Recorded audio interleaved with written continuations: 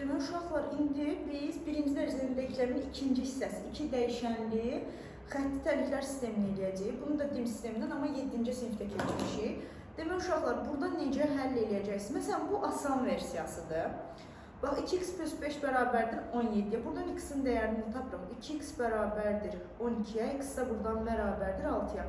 X-in 6 dəyərini gətirib aşağıda yerinə qoyacaqsınız. Qoyanda bizə 12y artı nə verəcək bizə? 6 çıx 3y bərabərdir 33-ə. Hesablayanda 9y bərabər 33-dən keçiririk əks tərəfə. 33-dən 6 çıxanda bizə 27 verəcək. Y-nin qiyməti də buradan 3 çıxacaq. Yeni bu şəkildə tapmış oluruq. Ümumiyyətlə, gəlin sistem təniklərin araşdırılması haqqında danışaq. Sistem təniklər nə formada olur? Ümumi şəkildə, riyazi olaraq A1x plus B1y bərabərdir C1-ə. Bu arada bu C1 Z də ola bilər, yəni üçüncü dəyişən də ola bilər. Fərq eləmir, hamısının standartı qayda. Bu qaydayı yadda saxlayın. A2x üstə gəl B2y bərabərdir C2-yə.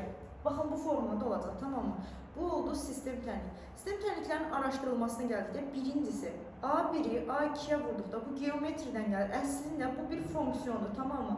İki doğrunun qarşılıqlı vəziyyətini araşdırırıq. Analitik geometride də bu kural keçərlidir. A1-in A2-yə, B1-in B2-yə bərabərdir C1-in C2 olarsa, o zaman təniklər sisteminin həllər küməsi, bu dəfə ÇK dediyimiz ya da SS dediyimiz şey uşaqlar, X-in və Y-in aldığı qiymətlər bir koordinat kimi, nöqtə kimi düşünəcəksiniz, yaxşı? X, Y şəklində. ÇK-sı bu zaman bunun sonsuz saydadır. Xətlər bir-biri ilə üst-üstə düşür. Geometrik mənası budur. İkincisi, A1 bərabər olsun A2-yə, o bərabər olsun B1 böl B2-yə, yəni X-in qarşısındakini X-a, Y-nin qarşısındakini Y-yə böləndə bərabər olsun, amma sonuncular böldükdə sərbəst hədlər qaydanı pozsun. Bunlar bərabər olmasın. Onda bunun ÇK-sı və yaxud da SS-i deyirik, boş kümədir, yəni həlli yoxdur. Bu belə. Üçüncü halda isə A1 bərabərdir A2-yə, böləndə A1-in A2-yə bərabər deyil, B1-in B2-yə kuralı. Bu zaman CK bir həlli var uşaqlar. Bir həlli X, Y şəklində yeganə həlli var deyəcəyik. İlk iki şərtin araşdırılması düşür. Ümumiyyətlə qarışdırsaz belə, imtihanda oturdunuz qarışdırmamaq üçün. Hər iki halda da uşaqlar bu ikisinin bərabərliyi mütləq önəmlidir. Buradan bir tənasüb quracağıq. Gəlin bunların ümumi araşdırılmasını birinci izah edeyim, sonra da həllər üzərindən gedərik. Keçən dəfəki kimi eləyək. Baxın, burada yazıb ki, CK-sı R-dir, yəni sonsuz sayda olmalıdır. Sonsuz sayda olanda biz dedik ki, X-in qarşısına bölür. Bu arada belə bir şey deyim, TRS sınavlarından birində olmuşdu. Burada götürüb çıx 2y yazmışdı. O qədər vərdiş almışıq ki, yuxarına aşağı riski bölməklə, yəni o şey götürüb tez-tez bölürük. Yuxarıda 3-ü B-2-yə, A-2-ni 4-ə belə eləmirsiniz. Standartı gətirməlisiniz. Məsələn, mənfi 2y-ni də bu yana keçirib, siz 6y şəklində yazıb ondan sonra bölməliydiniz. Bəzi tələbələr orada diqqətsizlik elədiyi üçün səhv yazmışdılar və yaxud da misalın ümumiyyətcə cavabını ala bilməmişdilər. Ona görə diqqətli olun. X-i X-in qarşısındakına bölürəm. Yəni, yuxarıda X-in qarşısında 3 var. Aşağıda X-in qarşısında B çıxılmış 2 var.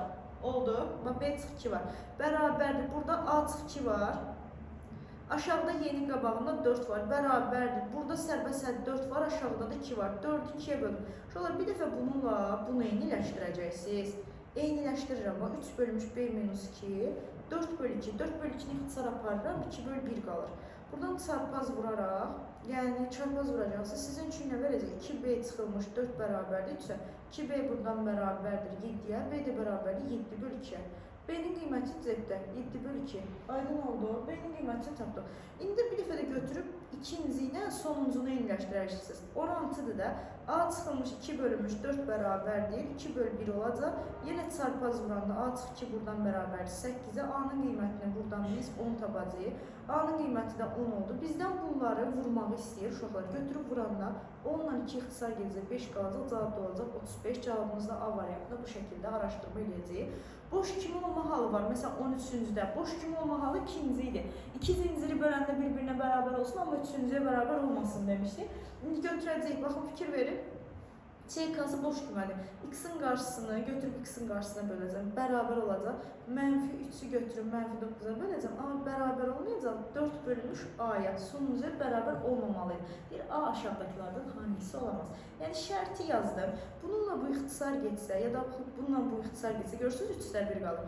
Demək ki 4 bölü A bərabər olmayacaq 1 bölü 3'ə. Onda bunu çarpaz vuranda A heç vaxt 12 qiymətini almayacaq deyə bu şəkildə tapılır. Bunun araşdırılması belə. Bu ümumiyyətcə sistem denklem değildi. Bu birinci dereceden denklem idi. Bu keçən dərs bunun izahını vermişdim. Bu sistem denklem idi. Aha, bu da sistem denklemler uşaqlar. Bir dəqiqə. Aşağıdaki bu ikinci al. Bu ne demek? Buna dikkat yetirmək lazımdır. Bu şekilde aşağıya, ağzı aşağı bir şekilde A yazılıbsa, bu riyazi analizlə gəlir. O ixtiyari deməkdir, hər hansı. Deyir, X-a, Y-ə hər şey verə bilərsən kümələr konusundan, amma sıfırdan başqa. Riyazi olaraq, əgər mən X-dan Y-ə 0 verə bilmirəmsə, onda parantezlərin içlərinə 0 verməliyəm ki, onları X-a vurum 0'a çevirəsim və 0'dan 0 toplayanda 0 olsun. Yəni götürürəm A çıxıb B üstə gəl 5'ə bir dəfə 0 deyəcəm. Bir dəfə də 2A çıxıb 12'ə 0 deyəcəm. A'nın qiyməti buradan 6 tapacam. 6 qiymətini yuxarıda aparıb yerinə yazanda 6 çıx B plus 5 bərabərdir 0 yazmalıyam. Buradan da B bərabərdir 11 şəklində B'nin qiymətini tapmış oluram. Cavab da D variantı. Amma fikir vermək lazımdır. Bəzən məsələn atıram Ankara kitabını işləsəz, Palmeni işləsəz. Orada kitabların içərisində, bilfənin də içərisində var.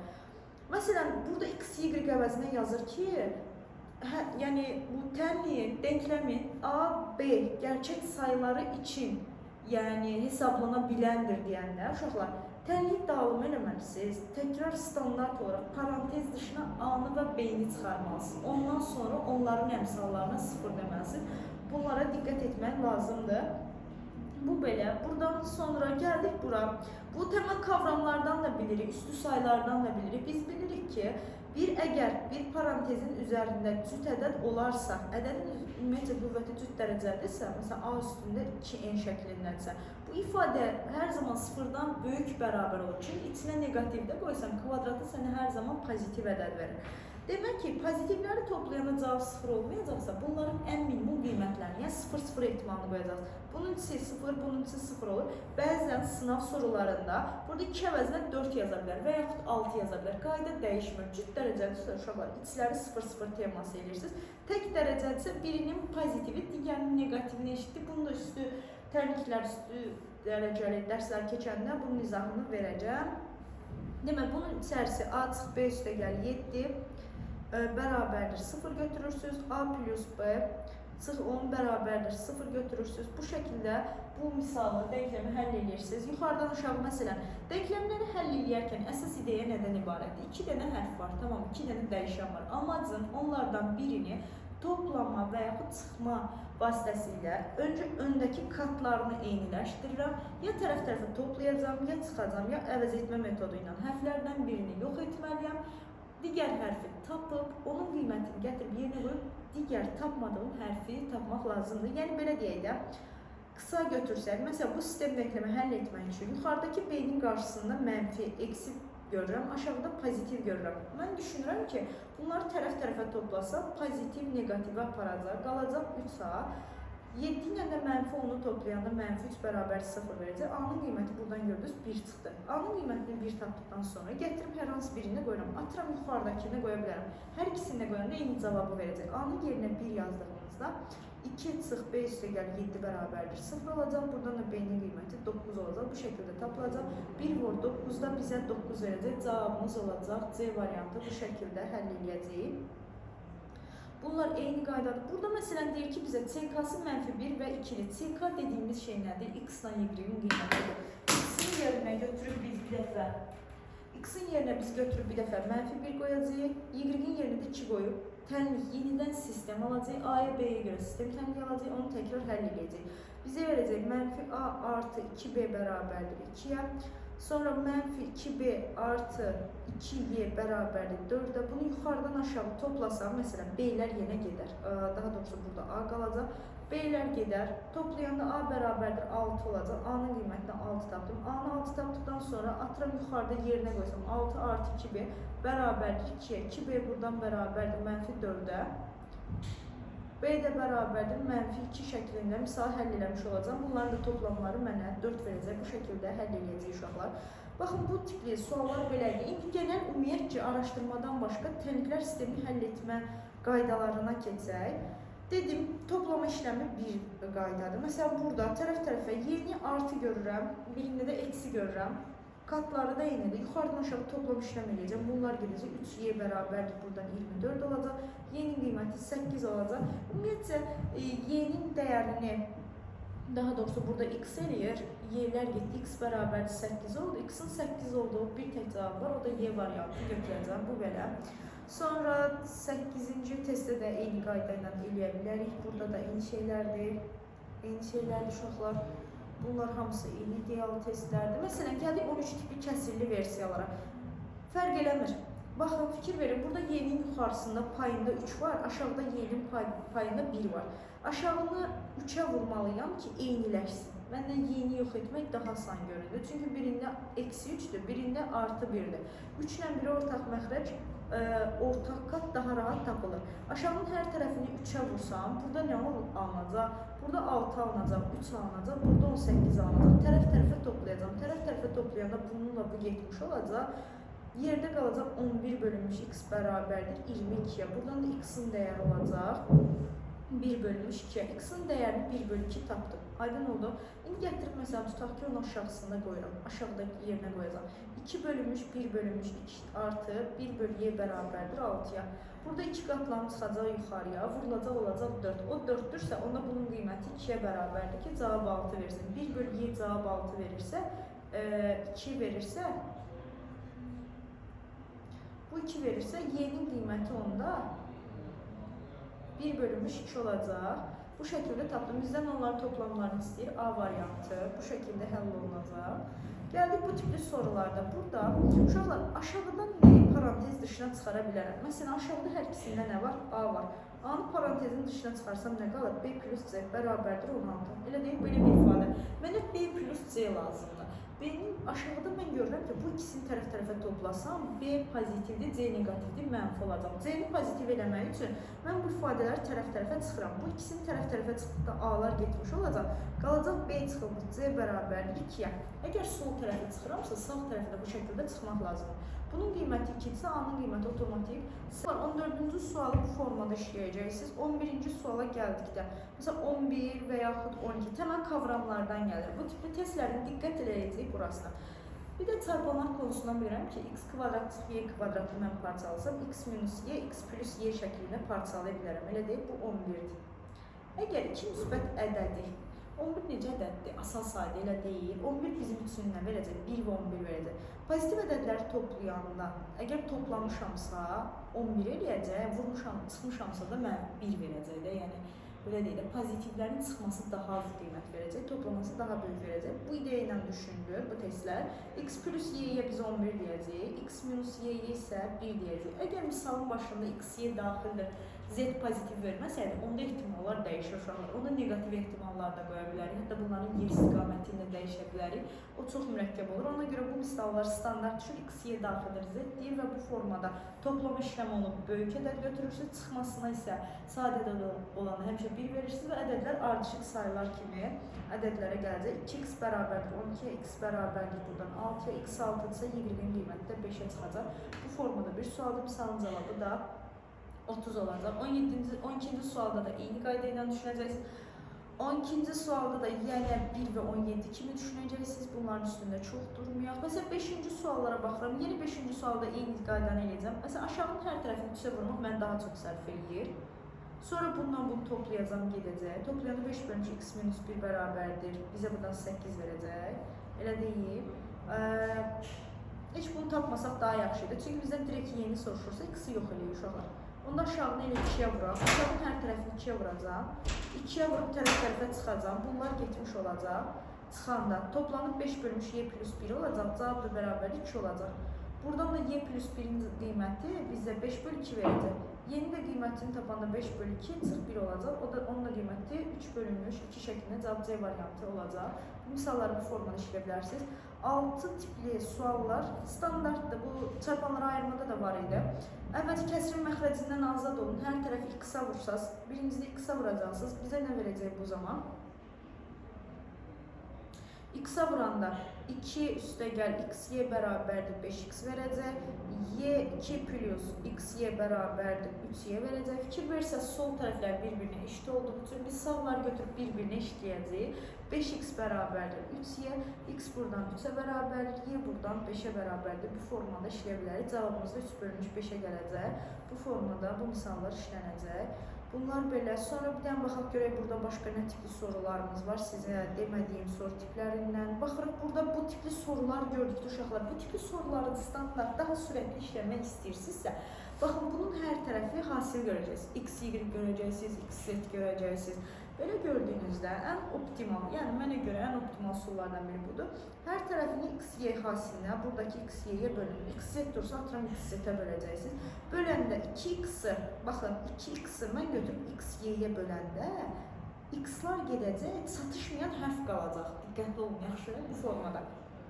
Ardıcılda diqqət edin, çıxma temasında işləri biraz dəyişmiş olar. Burada da x, y-yə böləndə mənə buradan verəcək. X-y-yə bölsək, mənə verəcək 2 bölü y üstə gəl. Y-ni x-y-yə böləndə 1 bölü x qalır. Cavab burada mənfi 2 qalır. İkinci tərəfə də aşağıdakını da x-y-yə bölsək, 3 bölünmüş y qalır, artı 2 bölünmüş x qalır. Cavab 1 qalır. Tamam. Məndən y hərfini istəyirdi, x-i yox eləməliyim. X-i yox eləmək üçün yuxarıdakı sətrin hər tərəfini 2-yə vuracaq. 2-yə vuranda burada 4 eləyəcək, bura 2 eləyəcək, burada 4 eləyəcək. İndi mən bunları toplasam, bunlar getmir axı. Mən də götürüb bunları tərəf-tərəfə çıxacam. Çıxanda bunlar gedəcək. Y-də 4-dən y-də 3 çıxanda 1 bölü y qalacaq. Cavab da mənfi 4 çıxılmış 1 də mənə mənfi 5 verəcək. Y-nin qiymətdə mənfi 1 bölü 5 verəcək. Cavabımız da B variantı olacaq. Bu tipli soruları bu şəkildə eləyəcək. Artıq 3 eləmək sizə asan gələcək. 7-yə baxdıq, bunları dedim. 4-ü dedik. 8-ci tip suallarına qaydası bu dəqiqə dediyim, yuxarının hər tərəfini x-y, aşağının hər tərəfini x-y bölüb oradan işləyəcəksiniz. Bunu araşdırmaları bu səhifəni işlədik.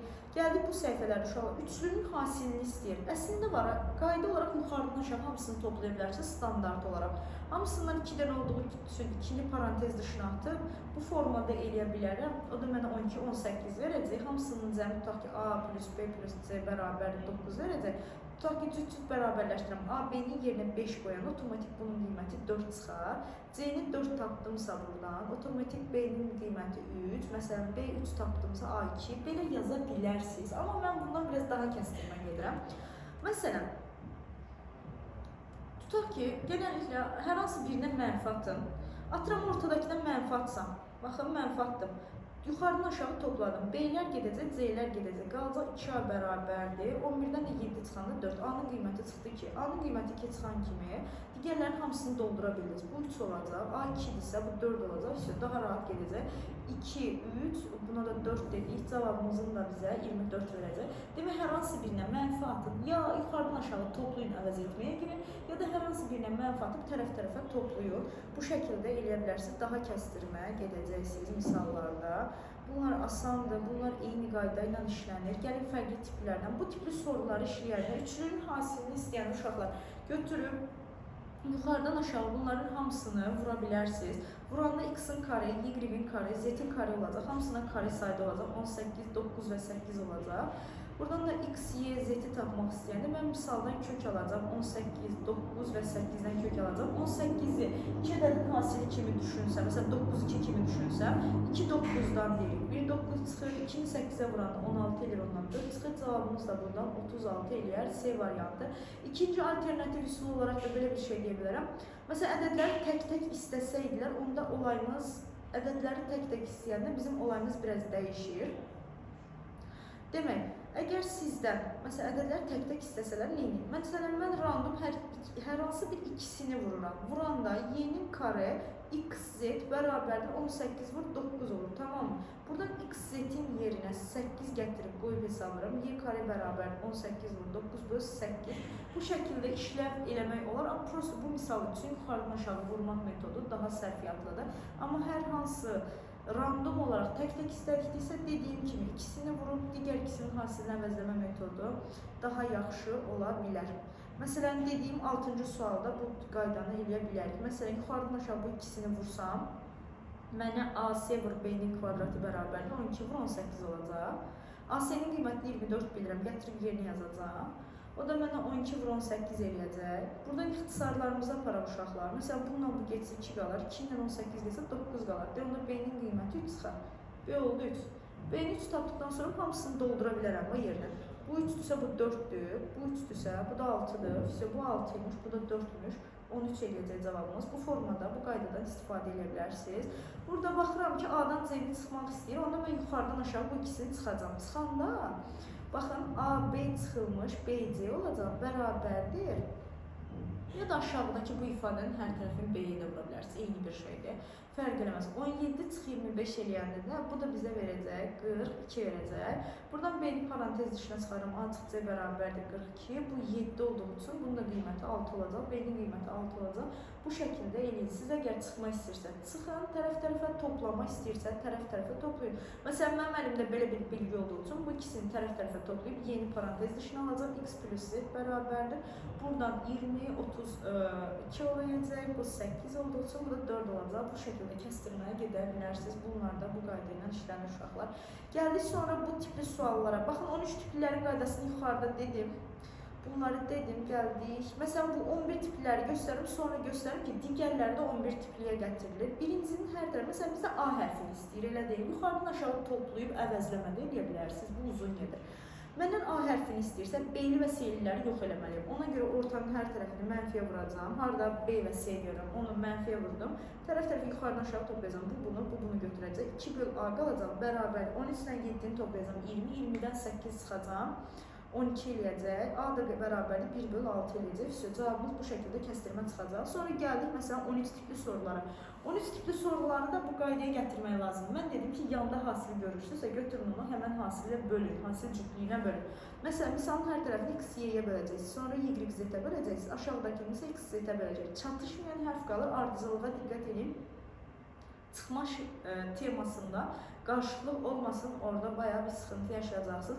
1 bölünmüş z artı 1 bölünmüş y bərabərdir 6 olacaq. 1 bölünmüş burada z üstə gəl 1 bölünmüş x-in qiyməti də 7 olacaq. Baxıram məndən y hərfini istəyir deyə. Y olmayanın içinə sistemi mənfiyə vururam. Birincinin hər tərəfini, bir dakika, y istəyir, elə deyil. Y-ni istəyirsə sonumuzun hər tərəfinə mənfi atacaq. Yuxarıdan aşağı toplayıram. Z-lər getdi, x-lar getdi. 2 bölü y bərabərdir. 5, 6, 11, 11-dən 7 çıxaram. 4 verər. Y-nin qiyməti də 1 bölü 2 olar. Bu formada kəstirmə gedə bilərsiniz. Bu tipli misallar bu formada olur. Sonra uşaqlar, baxın burada hazır verim. 14-cü sualda artıq x, y hasilini aşağıda verim. Yuxarıdan aşağı bunda da random bir şəkildə böləcəksiniz. 1 bölü x üstə gəl 1 bölünmüş y bərabərdir. 5 bölünmüş 6 formatında 1 bölünmüş x artı 1 bölü z. Məsələn, bərabər eyni qayda ilə 3 bölü 4 formatındadır.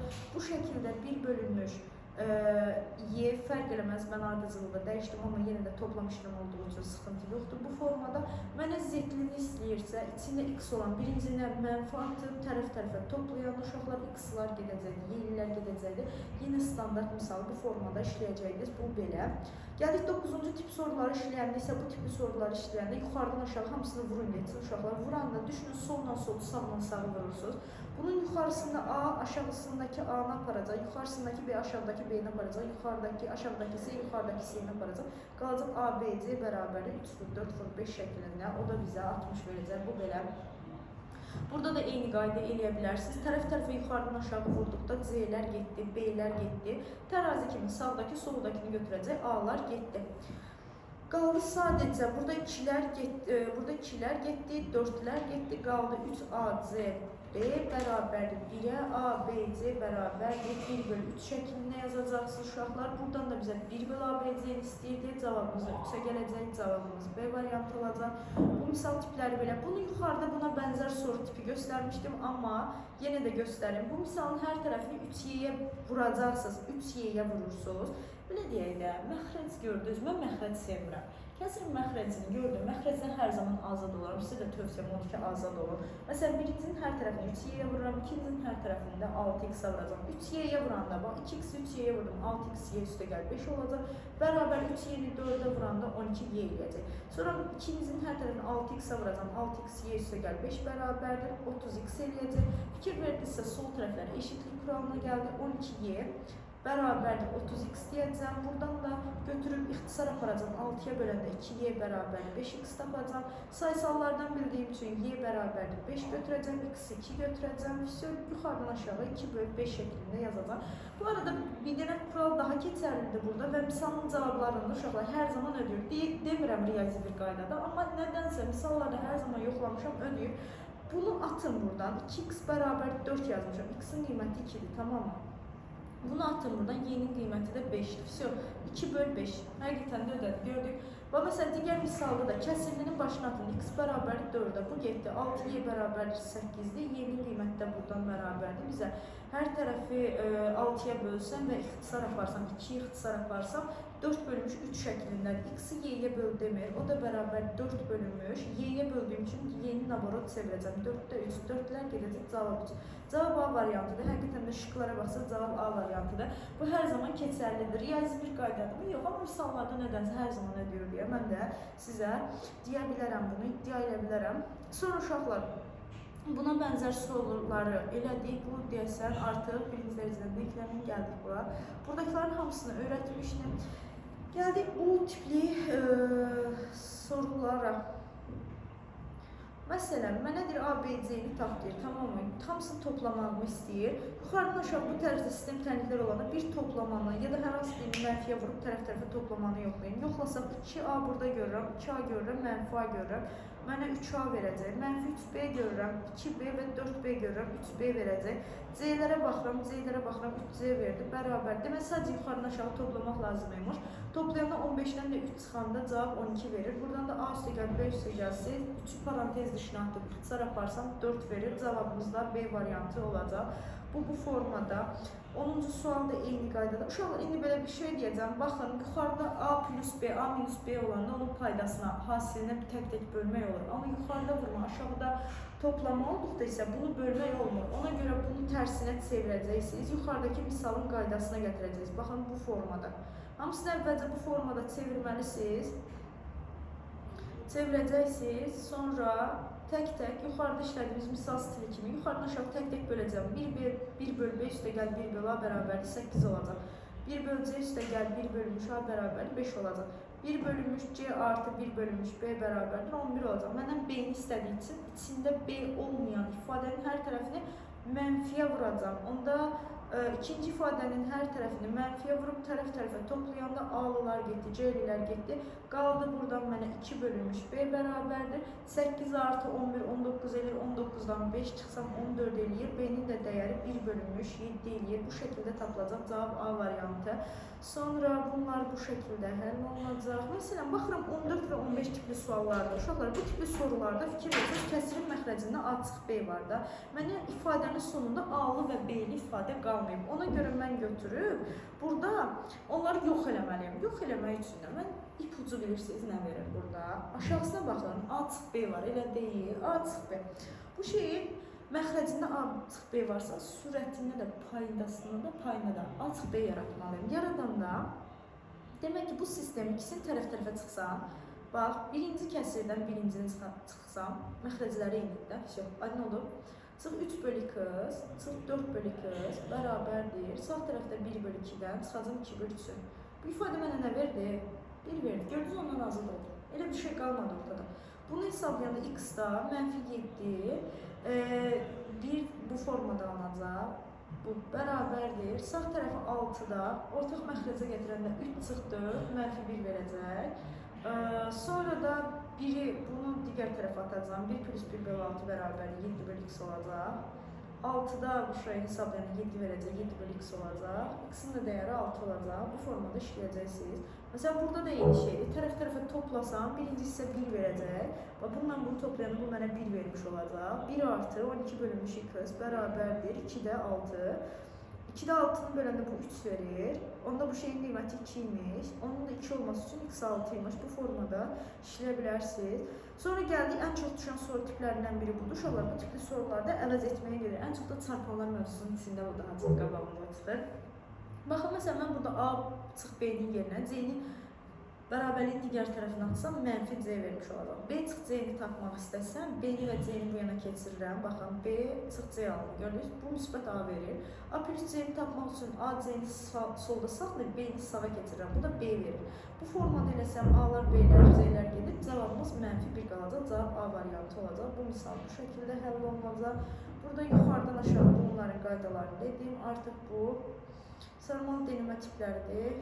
Bunu normal bir qaydada işləyəcəksiniz. Bu səhifəyə dair olan bütün misal nümunələrini yuxarıda göstərmişəm. Ona görə yeni deyiləcəyim başqa bir qeyri-adi bir qayda qalmadı. Amma gəlin bir dənə şey göstərmək istəyirəm. Burada 5-ci tipli şeylərdir. Uşaqlar, tənlik həll edəndə hər birinizin elədiyi ilk şey nədir? Tənliyin köklərini yeyirsiniz. Hər iki tərəfdə sağda və solda eyni vuruq varsa onu ixtisar aparırsınız. İstər bərabərsizlik, istər tənlik həll edəndə ixtisar apardığınız şeyin kənarda 0 deməlisiniz. Bunun səbəbini də deyim. Yəni tənlik kökünü yeyə bilməzsiniz. İxtisar aparırsınız çünki. Bax, bunu atsam mən x minus 3, x plus 3, x minus 3 bərabər 9 vurulmuş x plus 3. Bax, bunu bu yana keçirsəm bərabər 0 olur, elə deyil. Hər ikisində ortaq vuruq kim var? X plus 3 var, gördük. Onu parantez dışına atsam, attım. Yerdə bunu 2 dəfə öz-özünə vurmuşam deyə. X minus 3'ün sorudan kvadratı. Bir də burada çıx 9 bərabər 0 alındı. Bu 0, bu 0 teması. 2 vuruğu bir-birinə vuranda cavab 0'dırsa, ya ikisi də 0'dır, ya da sonrasa ikisindən biri 0 teması ilə həll edirsiniz. X buradan bərabərdir, mənfi 3 tapıldı. Tamam mı? Bu bir, yadda saxlayın. İkinci tərəfdən buradan x minus 3'ün kvadratı çıx 9 bərabər 0 deyəndə, burada 9'u atıram bu yana. Bir şeyin kvadratı 9'dursa içi ya 3 imiş, ya da hər tərəfdən kök alıram mənfi 3 imiş. X'in qiyməti buradan 6'dır, x'in qiyməti buradan 0'a bərabərdir. Mənfi 3, 6 və 0 qiyməti cavab deyil. Bu biraz uzun getdi, elə deyil. Niyə 0 yazdığımı bildiniz? İndi mən sizə deyirəm ki, artıq yadınızda optimal, yəni tez sürətli yadda saxlayın. İki tərəfdə də bunu ayırdım vuruqlara. Gördünüz? Ayranda belə bir ifadə alın. 9 vurulmuş x plus 3. X plus 3'ü ixtisar aparıramsa, demək nə edəcəm? Ona kənarda nə deyəcəm? 0 deyəcəm. X-in qiyməti olacaq, burada mənfi 3. Mənfi 3 zəddə. Mənfi 3 ata bilmərik. Yaxşı, diqqətli olun. Buradan da yenə də eyni tema ilə bunun kvadratı 9 olacaq. Burada da bir dəfə mənfi, bir dəfə müsbət deyəcəksiniz, cavab deyil. Amma ən pis ehtimaldadır. Nədir? Həll edə bilmirsə cavablar qoyub yoxlayırıq. Çünki misalda konkret olaraq x-in qiymətini istəyir. Yəni imtahanda necə də eləsəz, boş buraxma teması olmasın. 7-ci suala baxsaq, 7-ci sualın uşaqlar ilk ikisindən nəyi çıxarım? A-nı çıxarım. A plus B qaldı. Fərq eləməz ki, yox. Bunun qiyməti nəyə bərabər? 5'ə. 5A üstə gəl 5B oldu, gördük. İndi 5'i parantez dışına atsan A plus B olacaq. Bunun da qiyməti yenə 5'ə bərabər. Yerinə 5 qoyacaq. 5 vur 5, cavab 25 olacaq. Cavab da Y variantı. Uşaqlar, birinci dərəcədən bərabərsizlik, sistem bərabərsizliklərdə bu qədər. Ümid edirəm ki, hər bir üçün yararlı oldu. Ətraflı bir şəkildə izah etməyə çalışdım.